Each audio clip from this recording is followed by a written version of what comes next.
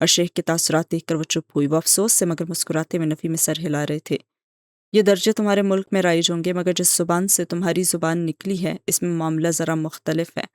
محبت درمیان میں نہیں ہے، بلکہ محبت کے یہ سب درجے ہیں۔ محبت کوئی خود درجہ نہیں ہے۔ تو کتنے درجے ہیں محبت کے؟ 7۔ سنو گی؟ وہ مسکرائے، اور کشتی اب اس سرسبز تنگ نہر کے درمیان داخل ہو چکی تھی، اور وہاں جا بجا کنول کے پھول پانی پہ تیرتے دکھائی دے رہے تھے۔ سورج گھنے درختوں کے درے چھپ گیا تھا اور ٹھنڈی میٹھی سی چھایا ہر سو چھا گئی تھی۔ محبت کا پہلا درجہ علاقہ ہے، کیونکہ اس میں انسان کا اپنے محبوب سے تعلق قائم ہوتا ہے۔ علاقے کے بعد الصبابہ ہے، اس میں انسان کا دل پوری گرویدگی کے ساتھ محبوب کی طرف جھک جاتا ہے اور وہ اس کے سحر میں گھر جاتا ہے۔ تیسرا درجہ الغرام ہے، قرآن میں پڑھا ہوگا تم نے، بے شک اس کا عذاب لازم ہونے والا ہے۔ سو الغرام میں محبت قلب کے اندر ہمیشہ کے لیے لازمی طور پر جا بیٹھتی ہے اور اس سے پھر نکل نہیں پاتی، اور وہ ذرا دیر کو سانس لینے رکے۔ پھر عشق ہے، محبت کی ایک انتہا۔ اور ایک بات کہوں، برا تو نہیں مانو گی؟ نہیں تو یہ کیا تمہارے ملک کے لوگوں نے اللہ اور اس کے رسول صلی اللہ علیہ وسلم کے ساتھ عشق کا لفظ جوڑنا شروع کر رکھا ہے؟ تمہاری زبان جس زبان سے نکلی ہے اس میں عشق کا لفظ مرد و عورت کی ایک ایسی محبت کے لیے استعمال ہوتا ہے جو معتبر نہیں سمجھی جاتی۔ اس لفظ میں شرافت نہیں ہے۔ خود سوچو، کبھی کہہ سکتی ہو کہ اپنے ماں باپ سے عشق ہے تمہیں؟ عجیب لگتا ہے نا؟ اللہ کی محبت کے لیے، رسول اللہ صلی اللہ علیہ وسلم کی محبت کے لیے یہ لفظ قطعاً درست نہیں ہے۔ آہستہ بولیں، کسی ٹی وی پہ مداری نما اسکالر نے اگر سن لیا نا تو مجھے الٹا لٹکا دے گا۔ آپ کو کیا پتا آج کل عاشق رسول کے ٹائٹل کی ٹی وی پہ کتنی ڈیمانڈ ہے؟ اور شیخ نے مسکرا کر آہ بھری۔ کسی کو اگر حق بات کہنے میں کسی ملامت گر کی ملامت کی پرواہ ہے اور وہ غیر جانبدار رہنا چاہتا ہے تو رہے، مگر نہ میں غیر جانبدار رہوں گا اور نہ غلط چیز کو روکنے کے لیے کسی ملامت یا فتوے کی پرواہ کروں گا۔ عربی ادب کے ماہرین اور اہل زبان سے جا کر پوچھ لو، اور نہیں تو قرآن پڑھنے والوں سے پوچھ لو، اللہ نے اپنے اور رسول کے لیے محبت کا لفظ استعمال کیا ہے یا پھر عشق کا؟ میں تمہارے ملک کے مفتیوں اور عاشقوں سے نہیں ڈرتا۔ جو لفظ مجھے اللہ کے رسول نے ہی نہیں سکھایا، جو لفظ ایک اچھا لفظ، ایک شریف لفظ ہی نہیں سمجھا جاتا، میں اس کو اللہ اور رسول کے ساتھ جوڑنے کی مخالفت کرتا ہوں، اور مجھے کسی ملامت گر کی ملامت کی پرواہ نہیں ہے۔ ابن قیم والا حوصلہ اور جگر میرے اندر نہیں ہے، اس لیے ہم آگے چلتے ہیں شیخ۔ اس نے موضوع کی طرف توجہ مبذول کروائی اور وہ سر چھٹک کر چپو چلانے لگے اور کشتی تیزی سے پانی کو چیرتی تیرنے لگی۔ عشق کے بعد شوق ہے، یہ دل کے اس سفر کا نام ہے جو پوری تیزی سے محبوب کی طرف شروع کیا جاتا ہے۔ پروردگار عالم کے متعلق اس کا اطلاق ہوتا ہے۔ اللہ کو معلوم ہے کہ اس کے دوست اس کی ملاقات کا شوق رکھتے ہیں، اس لیے اس نے ایک وقت مقرر کر دیا ہے کہ جب وہ لوگ جو اپنے دکھوں اور مسئلوں میں صرف اسی سے مدد مانگا کرتے تھے، وہ اس وقت اس سے ملاقات کر لیں گے اور ان کے دل میں موجود جذبات محبت کو قرار ملے گا، اور پانی پہ چمکتے کنول کے پھول خود بخود ایک طرف ہٹ کر کشتی کو راستہ دینے لگے۔ اس کے بعد التیتم ہے، یعنی کہ انسان اپنے محبوب کی عبادت کرنے لگ جائے۔ محبوب کی عبادت کرنے والا اس کا عبد یعنی غلام بن جاتا ہے۔ وہ اپنی ساری انا اور ساری عزت نفس سب اس محبوب کے قدموں میں ڈال دیتا ہے۔ کسی انسان سے ایسی محبت کی جائے، مجبوری میں نہیں، ظلم میں نہیں، بلکہ صرف محبت میں خود کو اس کے قدموں میں بے توقیر کر دیا جائے تو یہ شرک ہے۔ مگر اللہ سے ایسی محبت کرنا، خود کو اس کے سامنے جھکانا، اپنے چہرے کا ہر نقاب اتار کر، ہر انا پسے پشت ڈال کر اس سے اپنے دل کا حال بیان کرنا اور اس کے آگے دعا میں گڑ گڑانا، یہ عبادت ہے۔ اور عبادت محبت کی معراج ہے۔ جو اللہ کی عبادت نہیں کرتا وہ اس سے محبت بھی نہیں کرتا۔ اب ان کے چپو چلاتے ہاتھ میں روانی آ گئی تھی اور ہوا بھی ٹھنڈی ہوتی جا رہی تھی۔ دریا نہر کی مانند درختوں کی تنگ گلی سے گزر کر آگے بڑھتا ہی بڑھتا جا رہا تھا۔ اس کے بعد کمال محبت کا آخری درجہ خلط ہے۔ یہ دل کی اس کیفیت کا نام ہے جس میں محبوب کے سوا نہ تو کسی کی گنجائش ہوتی ہے اور نہ دل کسی شراکت کو برداشت کرتا ہے۔ اس خلط سے ہی خلیل ہے، اور یہ منصب اللہ تعالیٰ نے صرف 2 انسانوں کو عطا کیا تھا، ابراہیم علیہ السلام اور محمد صلی اللہ علیہ وسلم۔ اس خلط کو حاصل کرنے کے لیے ان 2 عظیم انبیاء نے بہت کچھ قربان کیا تھا اور ہم اس مقام تک نہیں پہنچ سکتے، مگر التیتم یعنی عبادت تک تو پہنچ سکتے ہیں نا، جیسے اسے تسلی دی ہو۔ اب تمہیں فیصلہ کرنا ہے کہ تمہاری اپنے محبوب سے محبت کس درجے تک تھی۔ عشق تک، وہ بے اختیار بولی۔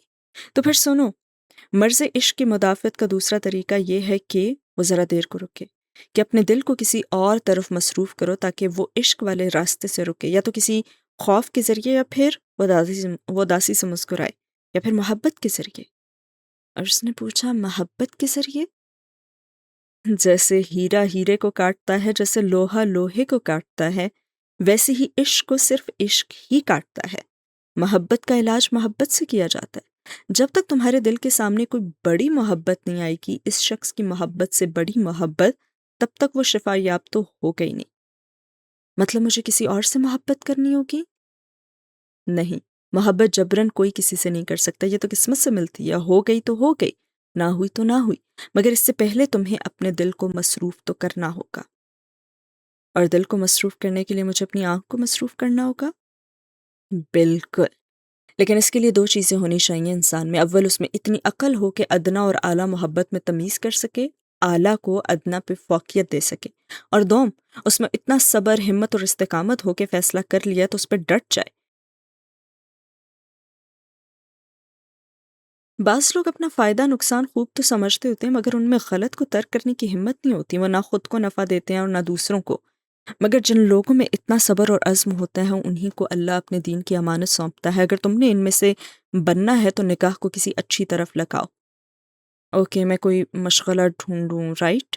کنول کے پھولوں کی جوت بجھی تھی اور پانی کی روشنی منقود ہوتی گئی اور کشتی مدھم ہو کر کہیں ڈوب سی گئی، اور اس نے خود کو لاؤنج میں بیٹھے پایا اور کتاب بند کر کے وہ اٹھ کھڑی ہوئی۔ صرف نگاہ جھکانا کافی نہیں، نگاہ کو مصروف رکھنا بھی ضروری ہے۔ ایک عزم کے ساتھ وہ نیچے بیسمنٹ میں گئی اور اپنے سامان سے چند اچھی کتابیں نکالی، پھر پینٹنگ کے سامان کی لسٹ بنائی جو آج خرید لے گی۔ لینڈسکیپ اور خوبصورت گھر پینٹ کرنے کا کتنا شوق تھا اسے، بس وہ آج سے یہ ساری اچھی کتابیں پڑھے گی اور اچھی اچھی پینٹنگز بنائے گی، اور یوں وہ مصروف ہو جائے گی اور اس کا دل ہاشم کے اثر سے نکل جائے گا۔ اس نے تیہ کر لیا تھا اور سین ہوا ختم۔ اس ایک ہجر نے ملوا دیا وصال سے بھی، کہ تو گیا تو محبت کو عام میں نے کیا۔ آج کمرہ عدالت میں ٹھنڈ تھی، ہیٹر بھی جل رہا تھا، مگر ایسے میں گویا موسم سے بے نیاز دھیان اور توجہ سے کٹہرے میں کھڑے شخص کو دیکھ رہے تھے جو 40-45 برس کا مرد تھا اور سامنے کھڑے پروسیکیوٹر کے سوالات کا جواب دے رہا تھا۔ مقتول قمر الدین سے آپ کا کیا رشتہ تھا؟ میں ان کا بہنوئی ہوں۔ بولتے ہوئے لبوں پہ ہاتھ پھیرا تو جج نے ٹوکا، ذرا صاف اور بلند آواز میں جواب دیں۔ میں ان کا بہنوئی ہوں، وہ کھنکار کر پھر سے بولا، اور اپنی کرسیوں پہ زمر و فارس اسی طرح بیٹھے تھے، اور زمر کاغذ پہ تھوڑی تھوڑی دیر بعد کچھ لکھتی اور پھر نگاہ اٹھا کر سنجیدگی سے PW1 پروسیکیوشن کا گواہ نمبر 1 کو دیکھنے لگتی۔ فارس ٹیک لگائے کان کی لو مسلتے چپتی ہوئی نظروں سے کبھی گواہ کو دیکھتا اور کبھی ایک کٹیلی نظر قریب بیٹھے ناظم پہ ڈالتا۔ ناظم وہ شخص تھا جس نے فارس کا شریک جرم ہونے کا دعویٰ کیا تھا۔ 29 اگست کی دوپہر کیا ہوا تھا؟ جی کو لگ بھگ 12:30 بجے کا وقت تھا۔ میں اپنی بہن کے گھر کام سے آیا تھا، ابھی اندر داخل تو نہیں ہوا، وہیں گیٹ پہ کھڑا فون سن رہا تھا کہ ایک گاڑی جس کی نمبر پلیٹ اتری ہوئی تھی قریب آئی۔ وہ لوگ سامنے والی سیٹوں پہ بیٹھے تھے، وہ کار سے اترے، پچھلی سیٹ سے قمر الدین کی لاش نکال کر وہاں پھینکی اور اسی تیزی سے کار میں بیٹھ کر یہ جا وہ جا۔ تو آپ نے کیا کیا؟ پروسیکیوٹر نے نرمی سوال کیا۔ میں جی فوراً آگے آیا، لاش کو سیدھا کیا، وہ قمر الدین ہی تھا مگر کافی خون آلودہ تھا۔ میں اسے فوراً ہسپتال لے گیا، ڈاکٹر نے کہا کہ موت واقع ہوئے چند گھنٹے گزر چکے ہیں، مگر ڈاکٹر نے میت ہمارے حوالے نہیں کی۔ ہمارے؟ یعنی کہ جی میں اور میرا بھائی، اس کو بھی میں نے فون کر کے بلا لیا تھا۔ ڈاکٹر نے شام کو میت حوالے کی اور ہم اسے گھر لے آئے، پھر صبح ہم نے پولیس کو اطلاع دے دی۔ جو 2 لوگ کار پہ لاش پھینکنے آئے تھے، آپ ان کو پہچان لیں گے؟ جی ہاں جی، یہ دونوں۔ پہلے فارس کی طرف اشارہ کیا، یہ ڈرائیونگ سیٹ پہ تھا، اور یہ ناظم کی طرف انگلی اٹھائی کہ یہ فرنٹ سیٹ پہ تھا۔ کیا انہوں نے چہروں پہ کوئی نقاب پہن رکھے تھے؟ نہیں جی، منہ کھلا تھا، بالکل صاف اور واضح۔ اور پروسیکیوٹر نے سر کو خم دیا اور پھر واپس اپنی کرسی کی طرف آتے ہوئے زمر کو دیکھ کر یور وٹنس کہتے ہوئے جرا کی دعوت دی، اور زمر اپنی جگہ سے اٹھی اور قدم قدم چلتی کٹہرے قریب آئی جہاں وہ بہنوئی کھڑا تھا۔ یہاں سے فارس کو اس کا نیم رخ دکھائی دیتا تھا، اور آدھے بندھے گھگریالے بال پشت پہ اور ناک پہ دمکتی سونے کی نت۔ اسے بے اختیار سے ڈبی میں مقید وہ لونگ یاد آئی جو اب بھی ان کے کمرے کی ڈریسنگ ٹیبل پہ پڑی تھی، اور زمر نے اس رات کے بعد اسے چھوا تک نہیں تھا، اور چہرے پہ بے پناہ سنجیدگی لیے اس نے بہنوئی محمد اقبال کو دیکھا۔ اقبال صاحب، سیٹلائٹ فون کی قیمت کتنی ہوتی ہے؟ جی، اقبال نے الجھ کر اسے دیکھا اور پروسیکیوٹر قدرے بیزار سا کھڑا تھا۔ آپ آبجیکشن یور آنر، کاؤنسلر غیر متعلقہ سوال پوچھ رہی ہیں۔ ایک وکیل کے کسی دوسرے پہ دوسرا وکیل جب اعتراض کرے تو جج یا تو اس اعتراض کو اوور رول کہہ کر اس کو رد کر دیتا ہے یا سسٹین کہہ کر برقرار رکھتا ہے، اوور رولڈ۔ لیکن آپ اپنے سوال کا مدعے سے تعلق جلد واضح کریں۔ جج صاحب نے اینک کے پیچھے سے زمر کو دیکھتے تنبیہ کی اور اس نے تحمل سے سر کو خم دیا اور سوال دہرایا، سیٹلائٹ فون کی قیمت کتنی ہوتی ہے؟ مجھے نہیں معلوم۔ کیا اس لیے کہ آپ نے کبھی سیٹلائٹ فون استعمال نہیں کیا؟ جی بالکل، میں نے کبھی دیکھا بھی نہیں۔ اقبال صاحب، آپ نے اپنے بیان میں کہا کہ جب یہ دونوں اشخاص کار میں آئے تو آپ گیٹ پہ کھڑے تھے اور آپ وہاں کیا کر رہے تھے؟ اس سنجیدگی سے اس نے پوچھا۔ میں فون پہ بات کر رہا تھا اپنے بھائی سے۔ آپ میرے فون کا بل چیک کر سکتی ہیں؟ گردن کڑا کر بولا اور زمر نے اس بات میں سر کو جنبش دی۔ آپ کے بل میں 12:20 پہ اپنے بھائی کو 3 منٹ کی کال کرنے کا ریکارڈ موجود ہے، درست؟ ذرا رکی، لیکن اس نے پروجیکٹر سکرین کی طرف اشارہ کیا جہاں قمرالدین کے گھر کی تصاویر پروسیکیوٹر نے ڈسپلے کر رکھی تھی اور وہ سڑک جہاں لاش پھینکی گئی تھی، وہ گیٹ جہاں بہنوئی کھڑا تھا۔ لیکن قمرالدین کے گھر کے سامنے ایک لڑکیوں کا اسکول ہے، کیا آپ نے یہ دیکھ رکھا ہے؟ پروسیکیوٹر آئی برو بھینچ کر آگے کو ہوا اور توجہ سننے لگا اور فارس کا بھی کان کی لو کو مسلتا ہاتھ رک گیا اور آنکھیں سکڑیں۔ جی دیکھ رکھا ہے۔ زمر واپس میز تک آئی اور چند کاغذات اٹھائے۔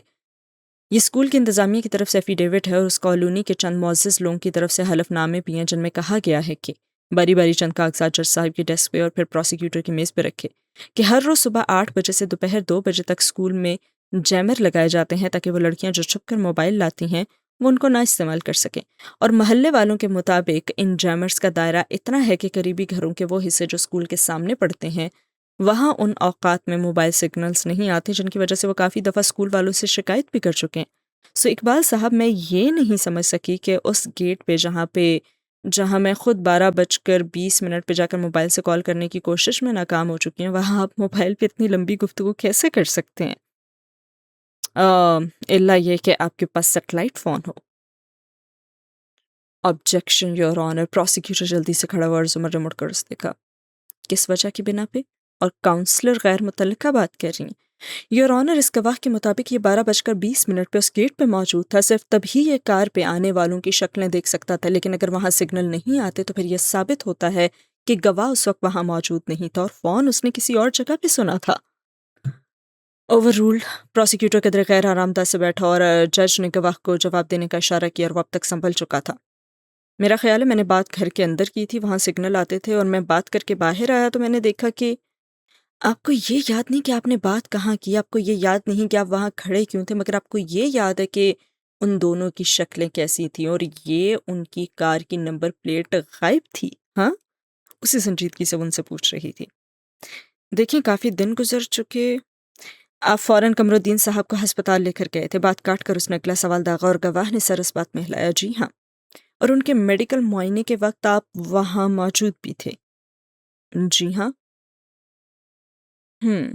تو پھر کیا وجہ ہے کہ قمرالدین چوہدری کی میڈیکل لیگل رپورٹ پہ جو دوست یا رشتہ دار کا خانہ ہوتا ہے جس میں اس شخص کا نام لکھا جاتا ہے جو طبی معائنے کے وقت ساتھ ہو، وہ خانہ خالی کیوں ہے؟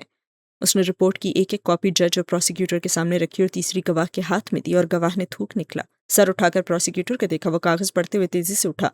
یور آنر، ڈاکٹر سے بھول چوک ہو سکتی ہے، اتنے مریضوں کی موجودگی میں اکثر ڈاکٹرز اس خانے کو پر کرنا بھول جاتے ہیں۔ 2 مریض، 2 لاشیں، 2 رپورٹس۔ وہ مزید چند کاغذ میز سے اٹھا کر لائی اور جج صاحب کے سامنے رکھے۔ 29 اگست کو ڈاکٹر سعادت نے قمرالدین چوہدری کے علاوہ مزید 2 لاشوں کی میڈیکل لیگل رپورٹس تیار کی تھیں۔ ان دونوں میں وہ دوست اور رشتہ دار کا خانہ بھرا ہوا ہے۔ اگر ڈاکٹر کو وہاں یاد رہا تو اسے یہاں کیوں بھول گیا؟ یا پھر گواہ کے سامنے کھڑے ہو کر مسکرا کر اسے دیکھا۔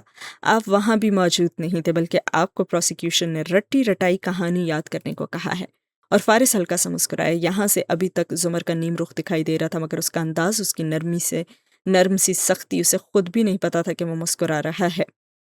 آبجیکشن یور آنر، پروسیکیوٹر غصے سے بولا۔ جج صاحب نے فوراً سے سسٹینڈ کہتے ہوئے زمر کو تنبیہی نظروں سے دیکھا بھی تھا، مگر وہ دونوں ہاتھ اٹھا کر وڈران کہتی واپس کرسی پہ بیا بیٹھی۔ مجھے مزید کوئی سوال نہیں کرنا، مگر میں گواہ کو دوبارہ بلا کر جرا کرنے کا حق محفوظ رکھنا چاہتی ہوں۔ اب وہ عدالت کو اطلاع دے رہی تھی اور فارس نے مسکراتے ہوئے کچھ کہنے کے لب کھولے مگر رک گیا اور مسکراہٹ دبا لی۔ ابھی وہ وقت نہیں آیا تھا کہ وہ اس کی تعریف کرتا اور سین ہوا ختم۔ سندھ میں ایک طویل عرصے کی تعیناتی کے بعد اس کو بالآخر اپنے شہر میں واپس بلا لیا گیا تو وارث خوش تھا۔ اس کے خیال میں فارس کے کریئر سے کلنگ کا ٹیکہ تو اتر ہی گیا اور اس کی ترقی کے چانسز بڑھ گئے تھے، مگر اس کی خوشگمانی چند ہی ہفتوں میں ختم ہو گئی اور فارس کے کولیگ سے ملنے کے بعد وہ سیدھا قصر کاردار کے اینیکسی میں آیا تھا۔ اب میں نے کیا کیا؟ اس نے فریج سے سافٹ ڈرنک کے 2 کین نکالتے ہوئے مسکرا کر پوچھا اور پھر سیدھا ہو کر پلٹا تو دیکھا وارث کلاسز کے پیچھے سے اس کو گھور رہا تھا۔ مسئلہ یہ ہے کہ اس دفعہ تم نے کچھ نہیں کیا۔ تم میرے باس کی طرح باتیں کیوں کرتے ہو؟ ایک کین اس کی طرف اچھالا اور دوسرا کھول کر خود صوفے پہ آ گرا اور وارث نے سختی سے لب بھینچے اور کین میز پہ پٹخا اور اس کے سامنے بیٹھا۔ تمہارے سامنے ایک شخص گن لہراتا ہوا بھاگ گیا اور تم نے اس پہ گولی نہیں چلائی؟ اس نے ایک بچے کو یرغمال بنا رکھا تھا، اس کی گردن پہ پستول رکھ کر اس کو ڈھال بنا کر وہ کھڑا تھا۔ میں بچے کی زندگی کو خطرے میں نہیں ڈال سکتا تھا اور کین لبوں سے لگائے اس نے خون بھرا۔ تو تمہیں اس کے بازو پہ گولی مارنی چاہیے تھی، اس رگ پہ جس کے کٹتے ہی وہ ٹریگر دبانے سے مفلوج ہو جاتا۔ ڈونٹ ٹیل می کہ تمہیں کسی نے یہ سب نہیں سکھایا۔ اور فارس نے کین رکھا اور سنجیدگی سے آگے ہوا۔ وارث وہ ایک انسان تھا، اس پہ اسمگلنگ کے جتنے مقدمے ہوں وہ ایک انسان تھا اور میں ایک انسان پہ گولی نہیں چلا سکتا۔ اس اینگل سے میرا بیسٹ شاٹ اس کی کن پٹی پہ لگتا اور میں قتل نہیں کرنا چاہتا تھا کسی کو۔ اور تمہیں کیا لگتا ہے کہ وہ بھاگ کر جو گیا تو کیا اب مسجد میں میلاد کروا رہا ہوگا؟ نہیں غازی، وہ جتنے لوگوں کی زندگی منشیات سے خراب کرے گا نا وہ تمہاری سر ہوں گی۔ اور فارس چند لمحے خاموش رہا۔ سارا کیسی ہیں؟ اور وارث نے مزید غصے سے اسے دیکھا۔ ٹاپک مت بدلو، قتل کرنا جرم ہوتا ہے مگر ڈیوٹی کی لائن میں فساد فی الارض کرنے والوں کو مارنا بھی ثواب کا کام ہوتا ہے۔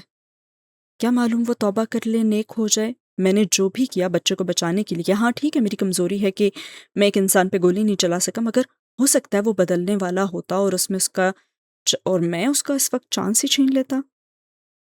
اور اس بات پہ وارث غازی پورے دل سے مسکرایا تھا۔ میری ایک نصیحت ساری زندگی یاد رکھنا فارس، اس کی آنکھوں میں دیکھ کر وہ ٹھہر ٹھہر کر بول رہا تھا۔ انسان نہیں بدلا کرتے، لاکھوں میں سے 1-2 تو بدل سکتے ہیں مگر ہر کوئی نہیں بدلتا۔ یہ نصیحت بھلانے میں اسے چند دن لگے تھے مگر ذہن کے کسی نہا خانے میں یہ اٹک ضرور گئی تھی، لیکن یہ وہ دن تھے جب دل اور دماغ میں اور بھی بہت کچھ چل رہا تھا۔ اس نے زمر کی یونیورسٹی جوائن کر لی تھی، شام کی کلاسز وہ اس سے لینے لگا تھا اور یہ اس کو خود بھی معلوم تھا کہ پورے شہر میں ایک یہی یونی تو نہیں تھی، پر وہ ادھر کیوں آتا تھا؟ صرف اس کے لیے۔ اس سے قبل ان دونوں کی ملاقات زیادہ نہ رہی تھی بلکہ رسمی سلام سے زیادہ اس نے کبھی اس سے بات بھی نہ کی تھی، اور سندھ میں قیام اس کی طویل مدت کے دوران اس کو وہ بھول بھال بھی گئی تھی، مگر یہاں آنے کے بعد ایک روز اس نے سعدی کے گھر سے نکلتے ہوئے اسے دیکھا تھا اور اسے معلوم ہو گیا تھا کہ اگر اس نے اس لڑکی کو کھو دیا تو دنیا میں کوئی اور اس کے لیے نہیں ہوگا۔ وہ اس کی یونیورسٹی جانے لگا، اس سے بات کرنے کے مواقع تلاش کرنے لگا، اس کا زیادہ سے زیادہ وقت لینے کے لیے بہانے ڈھونڈنے لگا، اور وہ ہمیشہ اسے ایک طرح سے ہی ڈیل کرتی تھی، احترام اور عزت کے ساتھ مگر ریزرو اور دور دور۔ وہ خوبصورت نہیں تھی، شکل و صورت میں وہ محض واجبی تھی، رنگت بھی گندمی مائل تھی، بال خوبصورت تھے مگر نہ وہ بننے سورنے کی شوقین تھی اور نہ وہ کسی سے بے وجہ بات کیا کرتی تھی۔ زیور کے نام پہ وہ صرف ناک میں نتھ پہنا کرتی تھی اور شاید اسے اپنی ناک تو بہت ہی عزیز تھی، وہ بہت اچھی تھی یا پھر اسے لگتی تھی، محبت کرنے والی مگر مضبوط، دبنگ اور کبھی کبھی ذرا ضدی، نرم لہجے میں سخت باتیں کر جاتی تھی اور قلم سے کاغذ پہ لکھتے لکھتے کسی بے معنی بات پہ وہ بس ایک آئی برو اٹھا کر اسے دیکھتی اور پھر وہ واپس کام کرنے لگ جاتی، اور اس کا یہ انداز سامنے والے کو پیچھے ہٹنے پہ مجبور کر دیتا تھا۔ وہ دل کی بہت اچھی تھی، مہربان اور نرم سی، اس میں ہر وہ خوبی تھی جو اس جیسے مرد کو متوجہ کر دیتی، مگر وہ اس معاشرے کا مرد تھا جس کے لیے اپنی عزت اور عزت کا بھرم ہر شے سے اوپر تھا، کیونکہ آخر میں وہ تھی تو بیگم ولایت کے خاندان سے نا۔ قصوں کی کہانی اور فلموں میں محبت کی شادیاں سحر انگیز لگتی ہیں، حقیقت اس سے بہت مختلف تھی۔ وہ ابھی اس سے شادی نہیں کر سکتا تھا، جو بھی سنتا آگے سے کہتا اچھا۔ وہ دونوں ایک یونیورسٹی میں ساتھ ساتھ، اور اس سے آگے کی معنی خیز مسکراہٹیں اور آنکھوں کی چمک، اور فارس کی طبیعت کو یہ گوارا نہ تھا۔ بہت سالوں کی ریاضت کے بعد کتنے اسباق سیکھ کر اور کتنی اذیت کاٹ کر وہ وارث اور ندرت ایک خاندان بنے تھے۔ وہ بالآخر ان کے خاندان میں دوسری بیوی کا بیٹا نہیں بلکہ ندرت اور وارث کا بھائی سمجھا جانے لگا تھا، اور وہ اس عزت پہ اب حرف نہیں آنے دینا چاہتا تھا۔ اس نے تاخیر کی اور پھر وہ تاخیر کرتا گیا، اور یونیورسٹی چھوڑنے کے کچھ ہی عرصے بعد وہ عزت سے اس کے لیے رشتہ بھجوا دے گا، منگنی شادی، اپنے شہر میں پوسٹنگ، متوقع ترقی، اچھی جاب، بچے۔ فارس غازی کی زندگی کی ساری ترجیحات اس کے ساتھ ہی تھیں اور بہت ہی صفائی اور سلیقے سے آراستہ اور مرتب شدہ، اور سین ہوا ختم۔ دشت میں پیاس بجھاتے ہوئے مر جاتے ہیں ہم، پرندے کہیں جاتے ہوئے مر جاتے ہیں۔ شیشے سے ڈھکی عمارت کے اندر سورج کی نرم گرم کرنیں گر رہی تھیں۔ سیکریٹری حلیمہ اپنے ڈیسک کے پیچھے کھڑی ہاشم سے بات کر رہی تھی، جو فون پہ بٹن دباتا ذرا دیر کو اس کی بات سننے کے لیے رکا تھا۔ سر آپ ٹھیک ہیں؟ حلیمہ نے رک کر پوچھا تو ہاشم نے نگاہ اٹھا کر اسے دیکھا۔ گرے سوٹ اور گرے ویسٹ میں ملبوس، بال پیچھے کو جل سے بنائے، وہ ہمیشہ کی طرح ہینڈسم لگ رہا تھا، مگر اس کی آنکھیں بے خوابی کا شکار تھیں۔ تھینک یو حلیمہ، میں ذرا اوور ورکڈ ہوں۔ پھر ٹھہر کر پوچھا، خاور کا کچھ پتہ چلا؟ نہیں سر، اس کی وہی ای میل آئی تھی مجھے کہ کچھ دن کے لیے وہ روپوش ہو رہا ہے، پولیس اس کے پیچھے ہے، اس کے بیٹے کو بھی اس کا یہی میسج ملا ہے اور وہ بھی مجھ سے کئی بار پوچھ چکا ہے۔ آپ کو کچھ نہیں بتایا؟ نہیں، مجھے اس نے کچھ نہیں بتایا۔ ہاشم نے افسوس بھری لا علمی سے شانے اچکائے اور اندر کی طرف بڑھ گیا۔ رئیس اس کا منتظر تھا۔ دروازہ بند کرتے ہی وہ اس کے سامنے آیا اور ہاشم نے کرسی پہ بیٹھتے ہوئے اس پہ ایک سنجیدہ نظر ڈالی۔ پروگریس؟ سر ہر طرح کی ٹارچر ٹیکنیک استعمال کر چکے ہیں، وہ نہیں اعتراف کرتا، بہت سخت جان ہے۔ میں جانتا ہوں۔ ہاشم نے لیپ ٹاپ کھولتے ہوئے سر کو خم دیا۔ اس کو کڑی نگرانی میں رکھو اور مزید کوشش کرو۔ مجھے اس شخص کا نام چاہیے جس کے کہنے پہ اس نے میرے باپ کو مارا ہے، یا اگر وہ اکیلا کام کر رہا تھا تو مجھے اس کا موٹو سننا ہے۔ بغیر وجہ کے کوئی قتل نہیں کرتا۔ اب جاؤ۔ آئیبرو سے اشارہ کیا اور پھر انہی تنے تاثرات کے ساتھ اسکرین کی طرف متوجہ ہو گیا۔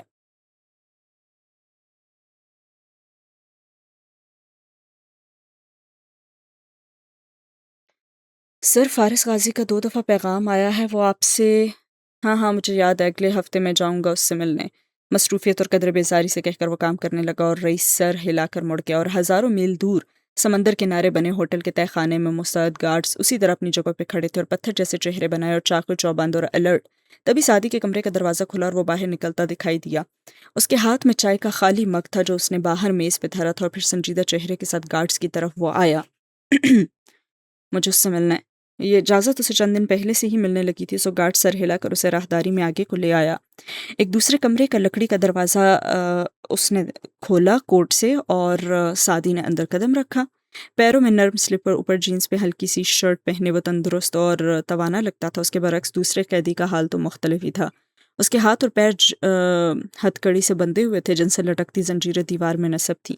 زمین پہ بیٹھا دیوار سے ٹیک لگائے وہ آنکھیں موندے ہوئے تھا، اور چہرے اور گردن پہ زخموں کے نشانوں، پرانے کپڑوں پہ لگے کٹ اور خون کے دھبے بند آنکھوں کے گرد نظر آتے۔ نیل سعدی نے بالکل بے تاثر نگاہوں سے اس کا چہرہ دیکھا۔ ہیلو خاور۔ اور خاور نے نیل نیل آنکھیں کھولی۔ اس کی شیو بڑی ہوئی تھی اور ہونٹ پہ بھی خون جمع تھا اور آنکھوں میں برہمی اور چبھن لیے اس نے سعدی کو دیکھا۔ کیا دیکھنے آئے ہو؟ یہی کہ میں زندہ ہوں یا نہیں؟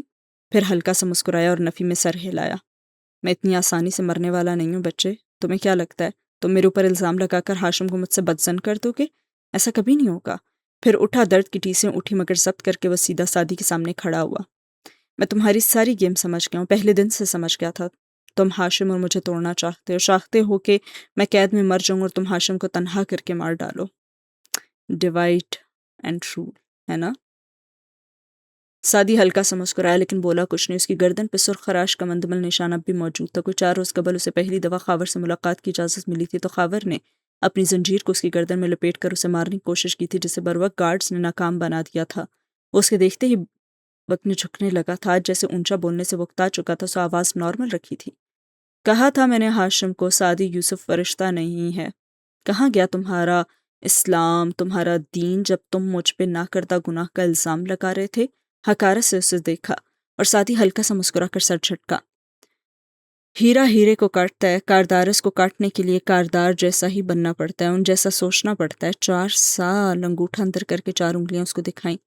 4 سال میں نے قانون، وکیلوں، عدالتوں کے ساتھ تعاون کر کے انصاف حاصل کرنے کی کوشش کی ہے، مگر نہ میں فارس غازی کو قانونی طریقے سے نکال سکا اور نہ مجھے وہ نکال سکے۔ سو جو قانون انصاف نہیں دے سکتا وہ ہاتھ بھی نہیں کاٹ سکتا۔ اس لیے بہت سادہ طریقہ انتقام لینے کا، ہاشم کو تمہارے خلاف بھڑکا کر تمہیں اسی کے ہاتھوں سے مروا دوں۔ وہ سانس لینے کو رکا اور خاور اسی طرح غصے اور نفرت سے اسے دیکھ رہا تھا۔ مگر میں یہ سب انتقام کے لیے نہیں کر رہا، اس لیے تمہیں مروانے کا کوئی فائدہ بھی نہیں ہے۔ خاور کے آئیبرو بھنچے اور ذرا چونکا تھا۔ میں تمہیں نہیں مروانے لگا کرنل خاور، میں صرف تمہیں سولی چڑھا رہا ہوں کیونکہ تم میری آزادی کا پروانہ ہو۔ 1 منٹ، تم… نہیں، میں تمہیں ہاشم کے خلاف بھی نہیں استعمال کرنے لگا، میں نے صرف تمہیں سولی چڑھانا تھا۔ تمہاری گردن کاٹنا ہاشم کا کام ہے، مگر مجھے معلوم تھا کہ وہ ایسا نہیں کرے گا کیونکہ اسے کبھی یقین نہیں آئے گا کہ تم اس کے باپ کے قاتل ہو۔ خاور آنکھیں سکیڑ کے تعجب اور ناگواری سے اسے گھورتے ہوئے دیکھ رہا تھا اور سعدی سے 2 قدم دور اس کی زنجیریں کس کی ہیں، وہ اس سے آگے نہیں بڑھ سکتا تھا۔